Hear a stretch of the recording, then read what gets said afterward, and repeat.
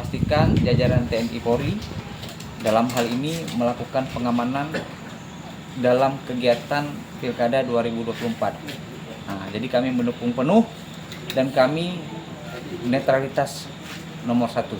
Nah, jadi siapapun pemimpinnya, itulah pemimpin untuk Aceh besar 5 tahun ke depan. Ya, Pak. Ya. Baik.